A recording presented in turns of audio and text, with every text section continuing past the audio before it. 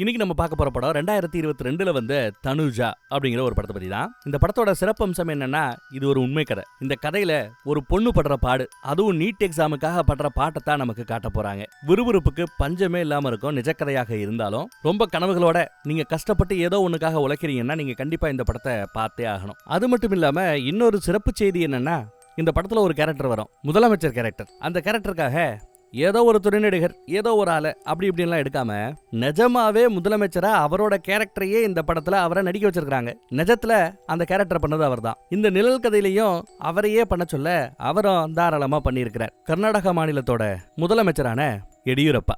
வாங்க என்ன ஏதுன்னு படம் பார்த்து தெரிஞ்சுக்கலாம். வீடியோக்குள்ள போகலாம். இந்த படத்தோட ஸ்டார்டிங் சீன்ல ஒரு போலீஸ் வண்டியை காட்டுறாங்க. கொரோனா நோய் பரவிட்டு இருக்கிறதுனால பொதுமக்கள் யாரும் வெளியில வர வேண்டாம், ஸ்கூலு காலேஜ் கடைங்கன்னு எல்லாத்தையும் அடைக்கிறோம், மருத்துவ தேவைக்கு மட்டும்தான் வீட்டை விட்டு வெளியே வரணும்னு ஒரு அனௌன்ஸ்மெண்ட்டை ஓட்டிக்கிட்டே இருக்கிறாங்க. அங்க கட் பண்ணி புனேல நடக்கிற தசரா ஃபங்க்ஷனை காட்டுறாங்க. அங்க ஒரு மேடம் சிஸ்டம்ல ஏதோ செக் பண்ணிட்டு இருக்கா. என்ன செக் பண்றாங்கன்னு பார்த்தா நீட் எக்ஸாமோட அப்ளிகேஷனை செக் பண்ணிட்டு இருக்கா. யாருக்கோ நீட்டுக்காக போட்ட அந்த அப்ளிகேஷன் ரிஜெக்ட் ஆகி இருக்குது போல. அத யாரு என்னன்னு பார்த்து அகாடமிக்கு தெரியப்படுத்தணும். அந்த பக்கம் பார்த்தா புக்கா எடுத்து அடிக்கி தள்ளிக்கிட்டு இருக்கிறாரு ஒருத்தர். அவருக்கு கால் வருது. யாரு? கொஞ்ச நேரத்துக்கு முன்னாடி செக் பண்ணாங்கல்ல ஒரு மேடம், அந்த மேடம் தான் கால் பண்றாங்க. பிரசன்னா நீட் அகாடமி அப்படிங்கிற ஒரு அகாடமியை நடத்துறவர் தான் இவரு. இவரோட பேரு பிரதீப். அந்த பக்கம் அந்த அம்மா போன்ல தனுஜாங்கிற ஒரு பொண்ணோட அப்ளிகேஷன் ரிஜெக்ட் ஆகி இருக்கிறதா சொல்ல, ஐயோ ரிஜெக்ட் ஆகி போச்சா? இல்லம்மா ஏதாவது பண்ணி கொஞ்சம் சரி கட்டுமானதுன்னா இல்ல வேற வழியே இல்ல, ரிஜெக்ட் ஆனதான்னு சொல்லிட்டு அந்த அம்மா போனை கட் பண்ணிடுச்சு. ஒன்னும் பண்ண முடியாதுன்னு சொல்லிடுச்சு. இவருக்கு என்ன பண்ணணும்னு ஒன்னும் புரியல. அங்க கட் பண்ணி ஒரு ஓட்டி வீட்டை காட்டுறாங்க. அங்க ஒரு டாக்டர் போட்டோ இருக்கும். அங்க படிச்சிட்டு இருக்கறால அந்த பொண்ணு பேர் தான் தனுஜா, நம்ம படத்தோட ஹீரோயின். நம்ம பிரதீப் சார் கால் பண்ணி அப்ளிகேஷன் ரிஜெக்ட் ஆன அந்த மேட்டரை சொன்னதும் அவளுக்கு என்ன பண்ணணும்னு ஒன்னும் புரியல. தலகால் புரியாம புக்கெல்லாம் தூக்கி போட்டு ஊன்னு கத்திக்கிட்டு இருக்கா. இப்பதான் இந்த படத்தோட பேரே போடுறாங்க, தனுஜா. கட் பண்ணி இப்போ ஒரு ஹாஸ்பிட்டல்ல ஒரு ஆட்டோக்காரரு 2 பேர் அவசர அவசரமா வந்து சேர்க்கிறாரு. ஒரு பொண்ணு ஒரு ஆம்பளை பூச்சி மருந்து குடிச்சிருக்காங்களா, ட்ரீட்மெண்ட் பாருங்கன்னு சொல்றாரு. ஹாஸ்பிட்டல்ல டாக்டர் டியூட்டி முடிஞ்சு போயிட்டாங்க போல. நர்ஸ் தான் இருக்கிறாங்க.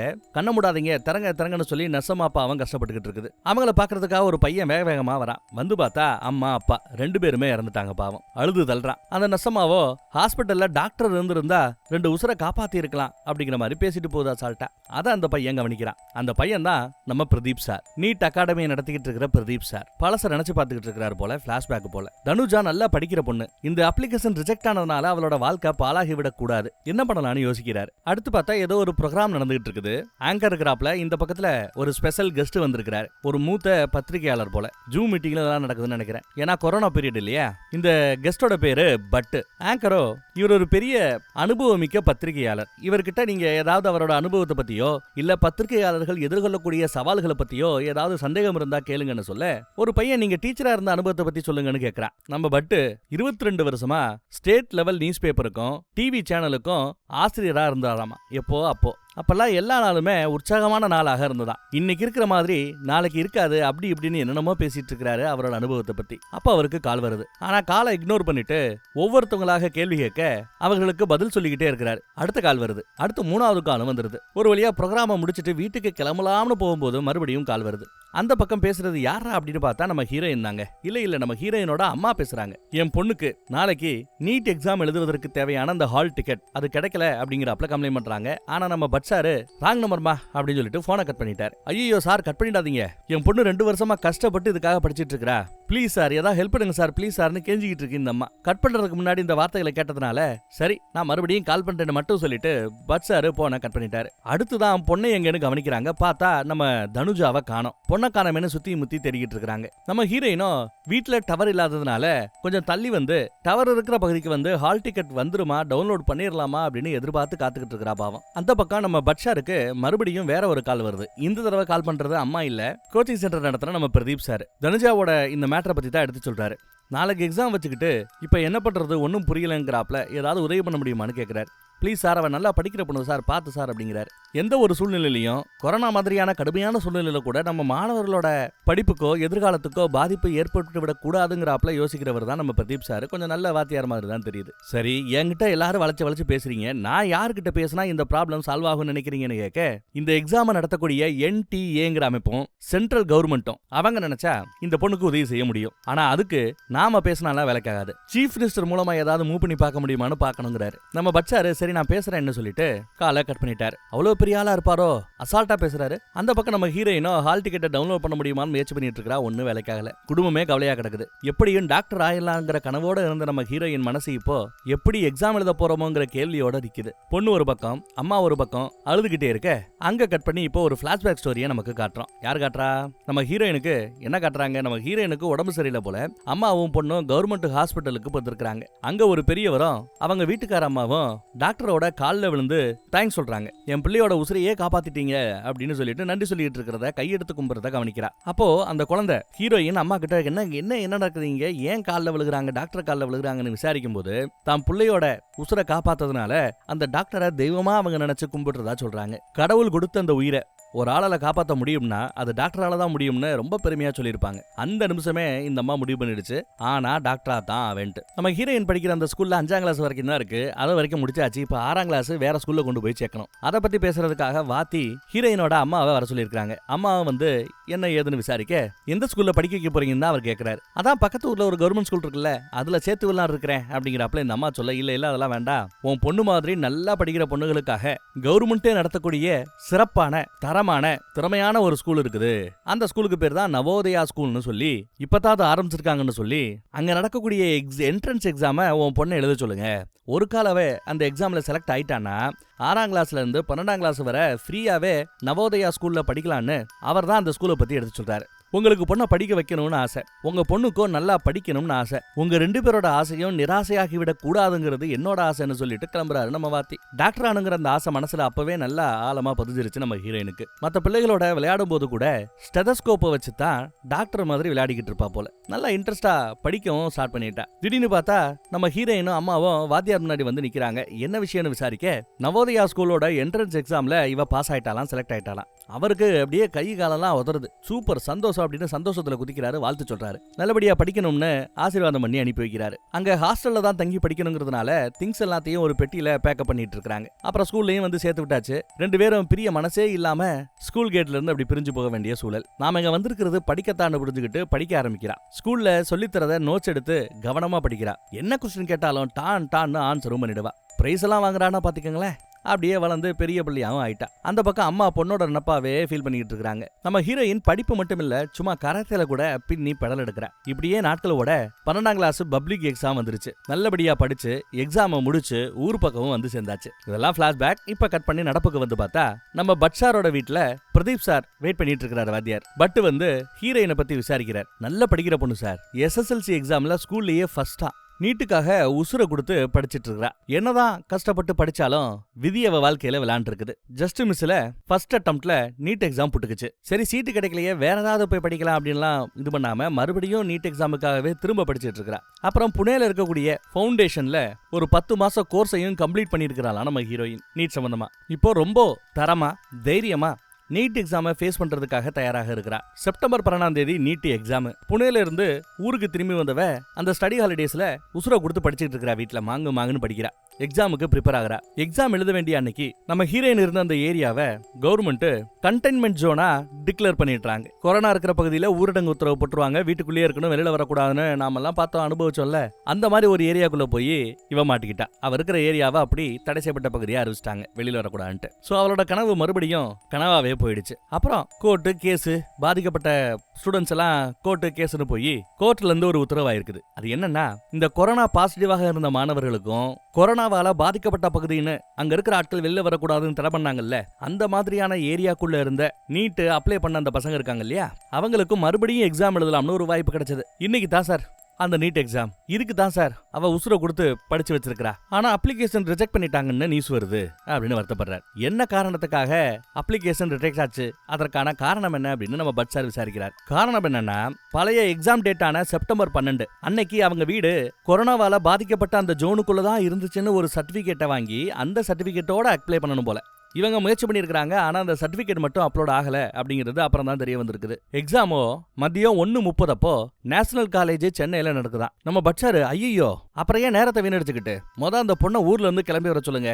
நாம ஒருவேளை முயற்சி பண்ணி அது பாசிட்டிவா முடிஞ்சிருச்சுன்னா அந்த பொண்ணை டப்புனு எக்ஸாம்ல வைக்கணும் போங்கன்னு சொல்ல உடனே நம்ம பிரதீப் சார் சரின்னு கிளம்புறாரு. நம்ம பட்டும் பெரிய ஆளு போல, ஏன்னா சீஃப் மினிஸ்டருக்கு அசால்ட்டா கால் பண்றாரு. ஆனா கால் நாட் ரீச்சபிள்னு வருது. என்ன பண்ணணும் தெரியாம கொஞ்சம் யோசிச்சுட்டு இருக்காரு. அந்த பக்கம் நம்ம பிரதீப் சார் ஹீரோயின் வீட்டுக்கு கால் பண்ணி லேட் பண்ணாம சீக்கிரம் கிளம்பி வாங்கன்னு மேட்டர் எடுத்து சொல்றாரு. காசை பத்தி எல்லாம் யோசிக்காம கார்ல வாங்க நான் பாத்துக்கிறேன் அப்படிங்கிறாரு. அம்மாவும் ஹீரோயின் விஷயத்தை சொல்லி கிளம்ப சொல்றாங்க. நம்ம பட்சாரு சீஃப் மினிஸ்டரை பிடிக்க முடியலங்கிறதுனால, முதலமைச்சரை பிடிக்க முடியலங்கிறதுனால அவர் கூட இருக்கிற அதிகாரிகள் கிட்ட கால் பண்ணி எப்படியாவது இந்த விஷயத்தை சொல்லி ஆகணுமேனு யோசிக்கிறார். ரொம்ப முக்கியமான விஷயம் அப்படின்னா அவங்கள பிடிச்சு முதலமைச்சர் கிட்ட பேசணும்னு கேட்டுக்கிறார். அவரும் சரி ஓகே நான் முதலமைச்சர் வீட்டுக்கு போய் கால் பண்றேன்னு சொல்றாப்ல. எப்படியோ பேசி அப்பாயின்மெண்ட் வாங்கிட்டாரு போல. பட்சாருக்கு கால் பண்ணி சீஃப் மினிஸ்டர் வீட்டுக்கு வாங்க முதலமைச்சரை பார்க்கலாம்னு சொன்னதும் நம்ம பட்டம் கிளம்பி வரார். ட்விட்டர்ல வேற சோசியல் மீடியால வேற இந்த மாதிரி பொண்ணு பாதிக்கப்பட்டிருக்கிறா, இந்த பொண்ணுக்கு உதவி பண்ணுங்கன்னு வேற மெசேஜ் போட்டிருக்காரு பட்சாரு. அதை நம்ம பிரதீப் வாதி பார்த்துட்டு இருக்கிறாப்ல. இந்த முயற்சிக்கெல்லாம் பலன் கிடைக்குமோ கிடைக்காதோ அப்படின்னு வருத்தமாவும் இருக்கிறார். ஒரு வழியா முதலமைச்சரை பார்க்கறதுக்கு வந்தாச்சு.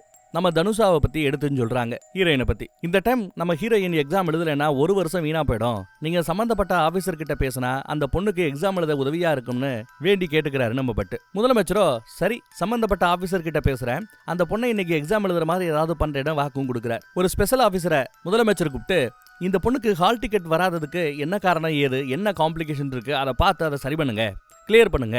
யார்ட்டையாவது நான் பேசுற மாதிரி இருந்தாலும் சொல்லுங்க, நான் பேசுறேன் அப்படிங்கிட்டாப்ல. உடனே அந்த ஸ்பெஷல் ஆபீசர் இந்த மேட்டர் நான் பாத்துக்கிறேன்னு கிளம்புறாரு. இந்த பக்கம் காரை பிடிக்கலான்னு பார்த்தா காரன் இல்ல அதெல்லாம் முடியாது, சென்னை பக்கம் தான் கொரோனா அதிகமா பரவிக்கிட்டு இருக்குதா, நான் வரமாட்டேன்னு அடம்பிடிக்கிறார். ஏதோ கையில கால வந்து அவரை சம்மதிக்க வச்சு கார்ல இவங்க வராங்க. நம்ம ஸ்பெஷல் ஆபீசர் மஞ்சள் சுடிதார் போட்ட ஒரு மேடம் கிட்ட பேசுறாரு. முதலமைச்சரோட உத்தரவு, தனுஜாங்கிறதா ஸ்டூடெண்டோட பேரு, ஏதோ டெக்னிக்கல் இஷ்யூனாலதான் ஹால் டிக்கெட் கிடைக்கல, என்ன ஏதுன்னு கொஞ்சம் பார்க்க முடியுமான்னு விசாரிக்கிறார். அதுக்கு அந்த அம்மா எங்களால எதுவும் பண்ண முடியாது, இதுக்குன்னு இருக்கிற அமைப்பு கிட்ட பேசுங்க, டெல்லி ஆபீஸை கான்டாக்ட் பண்ணுங்கன்னு சொல்லிடுச்சு அந்த அம்மா. இந்த பக்கம் ஏதோ ஒரு ஆபீசர் சோசியல் மீடியால நம்ம பட்சார் போட்ட அந்த ட்விட்டை பார்த்துவிட்டு அதுலயும் பாருங்க அந்த மெசேஜ்ல சிஎம் சாரையும் சேர்த்து வச்சு டேக் பண்ணி போட்டிருக்கிறாரு நம்ம பட்சார். சோ அதை பார்த்த ஒரு ஆபீசர் மேலதிகாரிட்ட போய் ஒரு பேசுறாரு. அந்த அதிகாரி பேரு கே சுதாகர். அவரு NTA அப்படிங்கிற அந்த டெல்லி ஆபீஸ்ல பேசலான்றாப்ல. அப்புறம் தான் நம்ம ஸ்பெஷல் ஆபீசரும் கரெக்டா அதே சுதாகர் கிட்ட தான் வந்து நிக்கிறாப்ல. இந்த தனுஷாக்கு ஹால் டிக்கெட் கிடைக்கணும், எக்ஸாம் எழுதணும் அப்படின்னு மேட்டர் சொல்றாரு. சுதாகர் சாரோ டெல்லியில இருக்கிறவங்க கிட்ட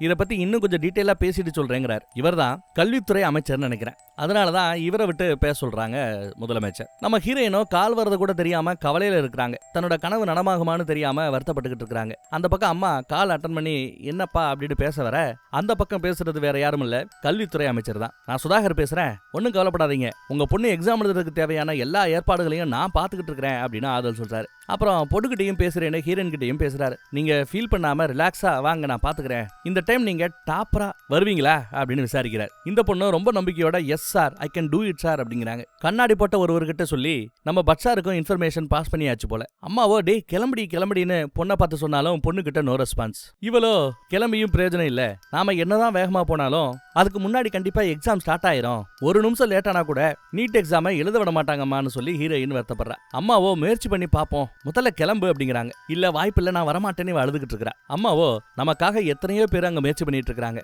அவங்கள நினைச்சு பாரு, அவங்களுக்காவது ப்ளீஸ் கிளம்புன்னு கெஞ்சிரா. அம்மாவும் அப்பாவும் மாத்தி மாத்தி அட்வைஸ் பண்றாங்க, நிலைமைய புரிய வைக்கிறாங்க. ஹீரோயினை ஒத்துக்கவே மாட்டேங்கிறா.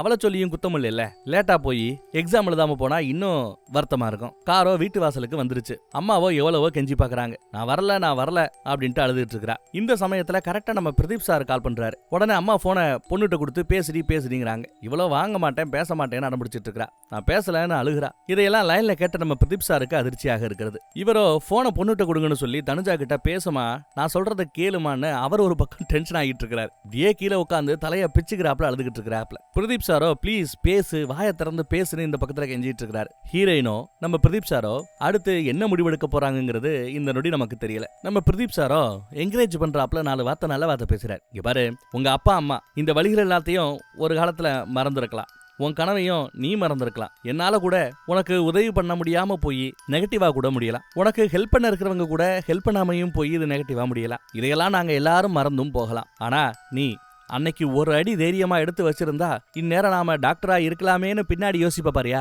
அப்படி யோசிக்கும் போது உன் மனசு உடஞ்சு போயிடும், நீ தாங்க மாட்ட. அப்படி நீ நினைக்க கூடாதுன்னா இப்பயே வண்டி ஏறு அப்படின்னு சொல்ல இவளோட ஃபேஸ்ல ஒரு மாற்றம் தெரியுது. தனுஷா யாரு, அவ எப்பேற்பட்டவங்கிறது எனக்கு தெரியும், அதை இந்த உலகத்துக்கு தெரியப்படுத்த வேண்டிய நேரம் வந்துருச்சு, வா கிளம்பு அப்படின்னு கொஞ்சம் தெம்புட்ட உடனே இவளும் சரி வாமா போலாம் அப்படிங்கிறா. ரெண்டு பேரும் இப்ப கொஞ்சம் சந்தோஷமா கிளம்புறாங்க. இந்த பக்கம் பார்த்தா நம்ம சுதாகர் சார் தான் யாருக்கோ கால் பண்றாரு. யாருன்னு பார்த்தா அதாங்க அந்த லேடி, டெல்லியில இருக்கிற ஜாயிண்ட் செக்ரட்டரியா. எதனால அப்ளிகேஷன் ரிஜெக்ட் ஆச்சு, எதனால ஹால் டிக்கெட் கொடுக்கப்படல, அவங்க குடும்பத்தோட சூழ்நிலை என்ன, எல்லாத்தையும் பத்தி அந்த அம்மாட்ட எடுத்து சொல்றாரு கதையெல்லாம். ஆனாலும் அந்த அம்மா இறங்கி வரல. என்னால எதுவும் செய்ய முடியாது, கொரோனா பாதிக்கப்பட்ட இடத்துல தான் இவ இருந்தாங்கிற அந்த டாக்குமெண்ட்டை சப்மிட் பண்ணக்கூடிய அந்த டெட்லைன் முடிஞ்சு போச்சான். இனிமே நீங்க கொடுத்தா அதெல்லாம் ஏத்துக்க முடியாதுங்குது அந்த அம்மா. ஒரு ஆளுக்காண்டியெல்லாம் ரூல்ஸ் எல்லாம் மாத்த முடியாதுங்குது. ஆனா இவர் என்ன சொல்றாரு, இங்க பாருங்க, நீங்க கேட்ட அந்த சர்டிபிகேட் இவகிட்ட இருந்தது நிஜம். அந்த சர்டிபிகேட்டை இவ அப்லோடும் பண்ணி இருக்கிறா.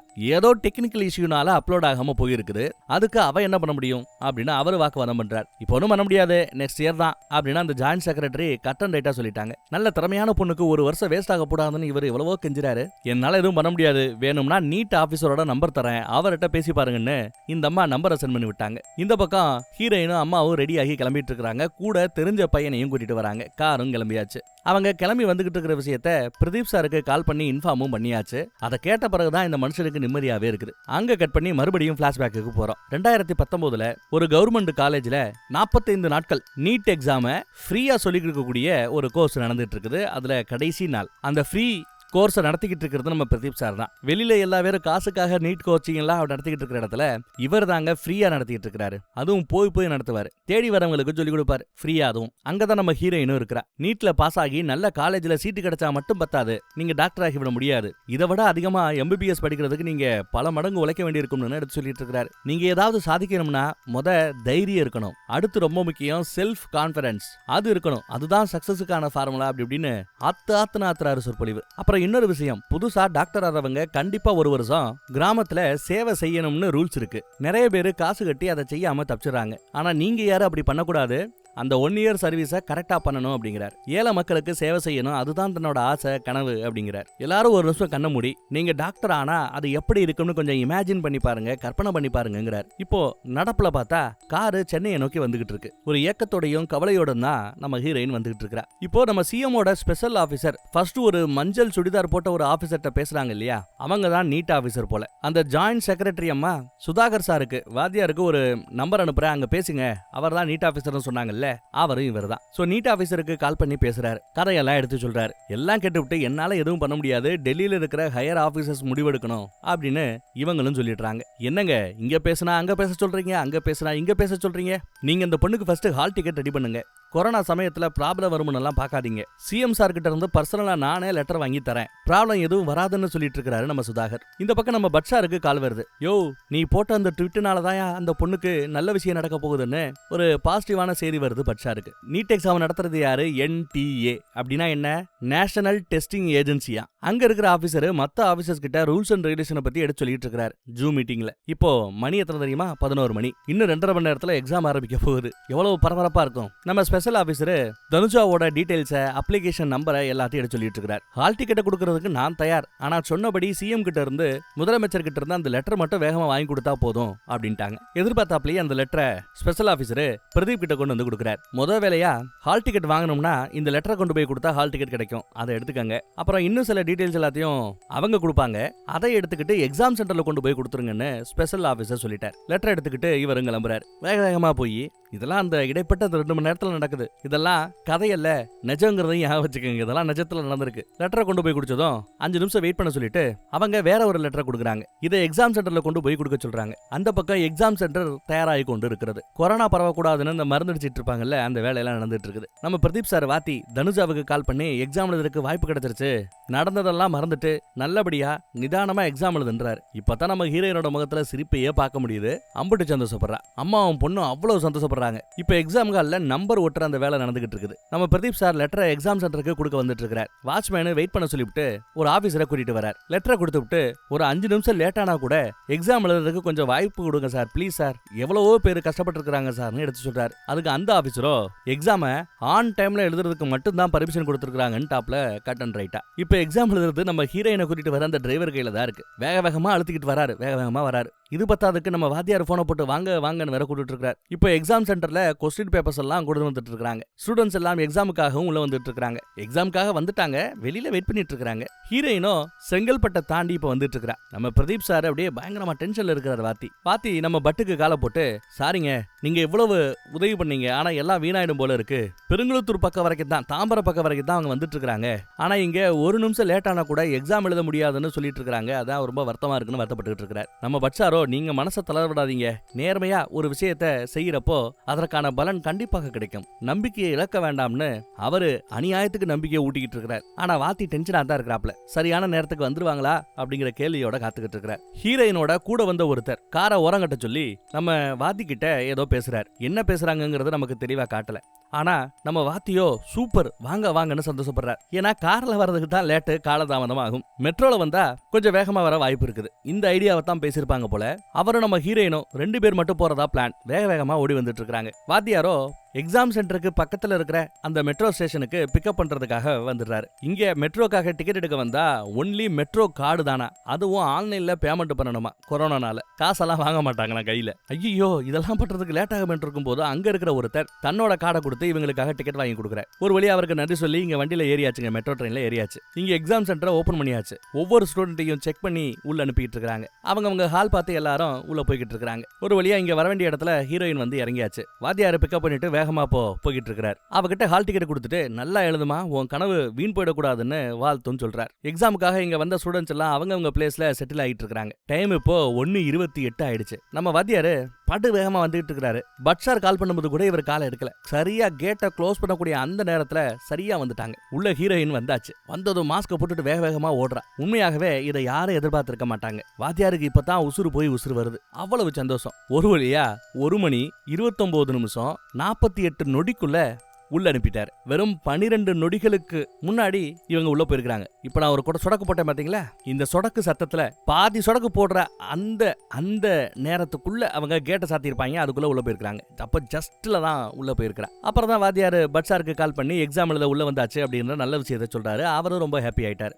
எக்ஸாமும் ஸ்டார்ட் ஆயிடுச்சுங்க. நம்ம ஹீரோயின் விறுவிறுன்னு எக்ஸாம் எழுதிக்கிட்டு இருக்கா. இந்த நியூஸ் இப்போ சிஎம்முக்கும் போயிடுச்சு. எல்லா பேருக்குமே சந்தோஷம், ஏதோ ஒரு பொண்ணுக்கு உதவி பண்ணிருக்கிறமேன்ட்டு. இப்போ மறுபடியும் நம்ம வாத்தியார் பழச நினைக்கிறார். ஒன்னு டாக்டர் ஆகணும், இல்லையா நிறைய டாக்டரை உருவாக்கணும்னு அவரோட அந்த சின்ன வயசு கனவு. அதுக்கு ஏதோ தன்னால முடிஞ்ச உதவி பண்ணிட்டதா அவருக்கு சந்தோஷம். ஆனந்த கண்ணீரோட நிக்கிறார். நம்ம பட்சாரு அவர் ஒரு மூத்த பத்திரிகையாளர் வேலையா, பத்திரிகையில நடந்த விஷயத்தை எல்லாத்தையும் பக்கம் பக்கமா எழுதி தள்ளிட்டாரு. உண்மை கதை வேற அது. அப்படியே கட் பண்ணி சில நாட்களுக்கு பிறகு அப்படின்னு காமிக்கிறாங்க. பார்த்தா நம்ம ஹீரோயின் டாக்டர் ட்ரெஸ்ல புன்னகையோட காலேஜுக்கு வருவாங்க. அவ்வளவு நம்பிக்கையும் தைரியமும் ஃபேஸ்ல தெரியுது. இந்த இடத்துக்கு இந்த அம்மாவை கொண்டு வந்து சேர்க்கறதுக்காக எப்பப்பா எவ்வளவு பேர் கஷ்டப்பட்டு இருக்காங்க பாருங்க.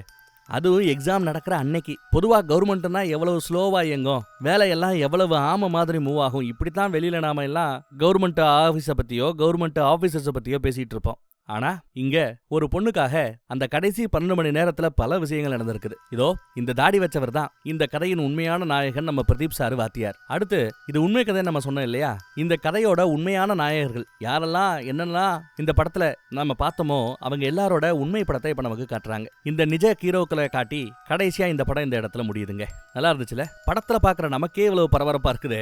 நிஜத்துல நீட் எக்ஸாம் அன்னைக்கு இவ்வளவு பரபரப்புக்கு மத்தியில எக்ஸாமும் எழுதி பாஸும் ஆகி ஒரு பொண்ணு தன் கனவை நனவாக்கி இருக்கிறா அப்படின்னு நினைக்கும் போதே ஒரு மாதிரி புல்லரிக்குதுல்ல. இதே மாதிரி வேற ஒரு நல்ல கதையில மறுபடியும் சந்திப்போம். தேங்க்யூ.